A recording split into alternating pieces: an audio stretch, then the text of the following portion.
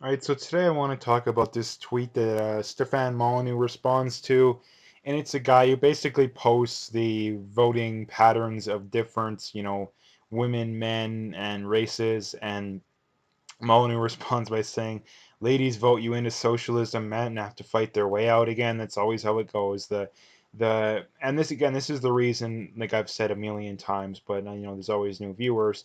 This is why men, specifically white men, are so hated in Western societies, is that they're the only group of people that doesn't support leftism, socialism, communism. Therefore, they need to be attacked. That's why men, specifically white men, are attacked. That's why whites are always attacked. There's nothing that they're actually doing wrong. I mean, if anything, they're doing something right, but that's why they're attacked. So, anyways, these numbers are polls basically showing in 2016, and then the New York Times, Siena, October 2019, and then June 2020. Um, Again, so in 2016, all regular voters, again, it was pretty much a dead heat. Now, and this is the other problem with polls too, is they were shown to be not overly reliable in 2016. So there is a little bit of nuance involved in this, but it's still largely true. I mean, you look at other polls, they'll show pretty much the same stuff. I think the reason that I mean, one of the main reasons why the polls were wrong in 2016 is they just oversampled Democrats. They overestimated the likelihood of Democratic voters turning out, and they underestimated the likelihood of Republican voters turning out, which is why Trump won. And we even knew that going into it too. I mean, I know I was watching people who were pointing that out, saying, "Yeah, this is a closer race than people think. Trump might win." But anyway, you look at the gender difference. So now it was +8 for Trump, +12 for Trump in 2019, and now +2.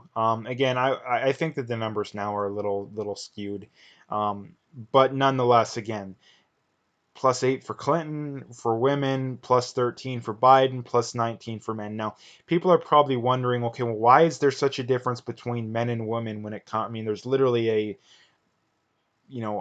very large swing. We're talking an 8 point swing either way, in 2016, when it comes to men and women. Well, why is that? Well, the reality is that um, men are a lot more likely to be able to make it on their own. This is the reason why. I mean, this is the other thing too, is that one's political beliefs is largely just projecting their own worldview onto society. In other words, if you believe that you can make it on your own, that you don't need the government to bail you out with every bad decision you make, you think that you can afford your own health care and afford your own this and that, then you will be a right wing voter, or at least not on the left. If you're not confident enough in yourself to think that you can make it on your own, in other words, you think you're not confident enough that you think you can pay for your own housing, food, health care, all that kind of stuff, retirement, then you are someone who votes for the left. And again, the people will try and debate that, but no, there is no debate on that. I'm not even saying which one I believe is right or wrong. I'm just saying that is the reality of the situation. That is the reality of the situation. If you are confident, and the other thing too is that if you're confident enough in yourself to get by, you will be a right wing voter, because it only hurts you for the government to tax your money and provide you a smaller amount of services. Because just take this as an example: if you're someone who is in the top um, 50% of the most healthy people, and you're of working age and you pay taxes, then it hurts you to have a socialist healthcare system, because you, by definition, especially if you're earning above median income, you are going to be paying more into the system than you're getting out, which is exactly why people on the right don't want a socialist healthcare system, because it's costing them more than they're getting out. And it's the same is true in the opposite. People on the left, when it comes to healthcare, they're people that tend to be more unhealthy. There tend to be people that don't trust themselves to be able to take care of their healthcare. And this is the other thing too, is that there are also people that don't trust themselves to save money, um, save their own money to pay for stuff like that. So they, in other words, I mean, I hate to put it like this, but it's just a projection of them not thinking they're very smart. Because if you were smart, you save money. Like again, that's this is again one of the reasons why, one of the main reasons why the rich become rich. It's not because of luck or exploitation, which that does exist to a small degree, but the rich are rich because they're smart with money. You know, the studies show that about 2/3 of millionaires become millionaires through investments, not because they're exploiting people and there's no they in other words they're smart with their money. It's not complicated. I'm not sure why people do that, but anyway, I mean breaking it down by race and education, white plus 15 for Trump in 2016. White college, actually plus 6 for Clinton. White no college, plus 26 for Trump. Black, again, plus 79 for Clinton. And Hispanic 30 plus 36 for Clinton. Now, again, this is the exact reason why, I mean, speaking of the black vote, or the black percentage, this is exactly why I really don't have any sympathy for Black Lives Matter, and that I mean, I pointed it out, it seems like a million times at this point, but I'll do it again for if there's any new viewers or just for my own, whatnot. But this is the problem: is that the blacks continuously vote for the same people over and over again. It's literally like I don't think it's actually literally the definition of insanity, but when you ask people what is the definition of insanity, they'll tell you doing the same thing over and over again and expecting a different result. And it's exactly what the black community does. In that, here's what they do: they vote for Democrats or socialists, which they tend to be one and of the same, but people who are on the left or far to the left, and it doesn't work out. Nothing ever changes because the reality is that if the black community, like let's just say that the like poverty in the black community went down to like 1% or less than 1%, like median income went up to like 100 grand, um, like double the amount of people went to college and graduated from high school as opposed to the ones that currently do. Um, the percentage of them voting Democrat would go down. And this is the reason why the Democrats never actually really truly fix things, and the only way they quote unquote fix things is by giving people free stuff, because free stuff keeps people poor, because you're never going to get the equivalent of a six-figure salary getting free stuff. That's, I mean, maybe by the end of it when you include all the healthcare and benefits that you wouldn't have other got, but no, again, nobody's living in a multi-million-dollar house on welfare, at least not none that I've heard about. Maybe there is some, I don't know, but it's just not something that happens. So the reality is that if Democrats and the Liberals in Canada too, I would mention the NDP as well, if they can keep people in their current state of being downtrodden and whatnot, they know that they will keep voting for them, because all they ever do is constantly portray the right as being racist, which isn't true. And even if it is true, it doesn't make any sense because they're doing it over and over again. Um, and not only that, again, they accuse like black like conservatives of being white nationalists, which is just shows they have nothing. But this is again basically, to sum it up, is that um, if the black community actually wants a change, I mean, vote third party or don't vote. Like, you know, it is one of the biggest FUs to the system if like 90% of your population just stops voting.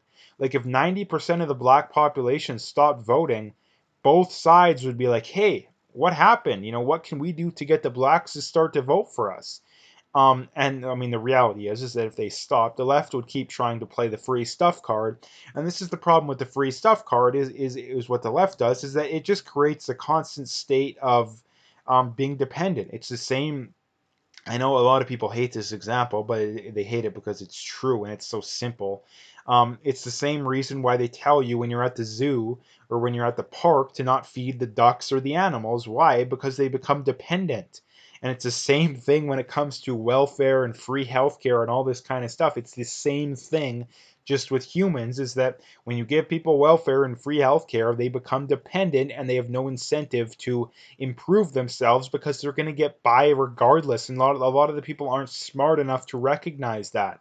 That is the problem. So that's what happens when it comes to the whole black thing is that, again, they would gain my respect if they just stopped voting Democrat. I'm not saying they have to vote Republican, but if they just stopped voting or voted third party or something, yeah, they would gain my respect. But you don't get my respect when you're blaming, again. Then this is the problem too, is that the Black Lives Matter people are blaming largely white racism for their problems, when the reality is that couldn't be anything further from the truth. Most of these areas where the blacks are suffering, they're run by Democrats from top to bottom, from bottom to top. They are run by Democrats. It is not Trump's fault. Again, a lot of these cities have had Democratic mayors for 2, 3, 4 generations straight. California, the entire state, pretty much, aside from some of the rural areas, I think have some Republicans, but the big cities in California, literally from top to bottom, Democrats. Chicago, Atlanta, Minneapolis. Again, but they're still going to turn around and blame Republicans and capitalism, and like, again, like, these people are beyond insane, and I don't care. Like, I don't have sympathy for you. Like, I'll start to have some sympathy for these people when they're like, hey, the reality, I mean, if they pointed out, hey, like, tons of people are getting shot in Chicago, New York, and Atlanta, and these Democratic cities, like, people are getting shot left, right, and center. These are black lives that should have mattered more than the 10 unarmed black men that are killed a year by police. I mean, there's weekends in Chicago that more black people are killed than that. So again, if they pointed that out and said, hey, our biggest concern right now should be reducing violence in Chicago and Atlanta and Minneapolis and these Democratic run cities, then I would have respect for them. But until they do that, I'm not going to do anything. So the other thing to talk about here is, again, the college difference too, that there's literally a 32-point gap between white college and white no college, and yet people still have the fortitude and the gall to be like, college isn't biased to the left. I mean, of course they are. I mean, look at the difference here, that there's literally a 32% gap, or 32-point gap, between college and no college. Now, again, it would probably be fair to say that people who are more right leaning, who are white, are less likely to want to go to college to begin with. And people who are more liberal to begin with are more likely to want to go to college to begin with. But that maybe explains 5% of that, 5 points of that 32 points. So again, this is just all the evidence you need that when someone denies that colleges and universities are leftist indoctrination camps, just point to that. How do you explain that difference? Like, how do you explain that difference? Um, Not only that, too, women are more likely to go to college as well than men, so that probably explains some of the difference as well. But still, like, I mean, you look at women, I mean, you look at whites as a whole. Again, the no college is the big one too, and um, that's, again, the main point being is that this is why whites are so hated. I mean, you look, they're the only group of people, specifically white men too, because white females don't, um, that are attacked nowadays. They're the only group of people that it's okay to attack, and it's absolutely terrible. So I kind of wanted to make a video about this because it's very important. It's stuff I talk about a lot. I mean, it's something I talk about a lot as far as the blacks, that they constantly vote for the same kinds of people. And that's one of the main sources of their problems, is the same people putting in the same policies over and over again. I constantly point out the fact that whites are so attacked nowadays, and the reasons that they're attacked, specifically white men.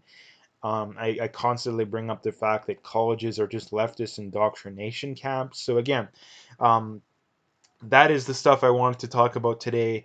It's a very interesting thing to talk about, and again, it's stuff that should be talked about too. I don't understand why there's such hubbub when it comes to talking about this kind of stuff. Like, it's just it's science, it's true, and the fact that it is science is something that shouldn't be denied and not talked about. So anyway, that's the video for today. If you'd like to, make sure that like and subscribe if you haven't already. Check out my PayPal and email. I got linked in the description. Again, appreciate any donations, but at the very least, just hit that like and subscribe if you haven't already. And last couple things, or a few things, sorry. Check me out on Parlay, check me out on Twitter, and check me out on BitChute. All the links are in the description, so you can find them all there.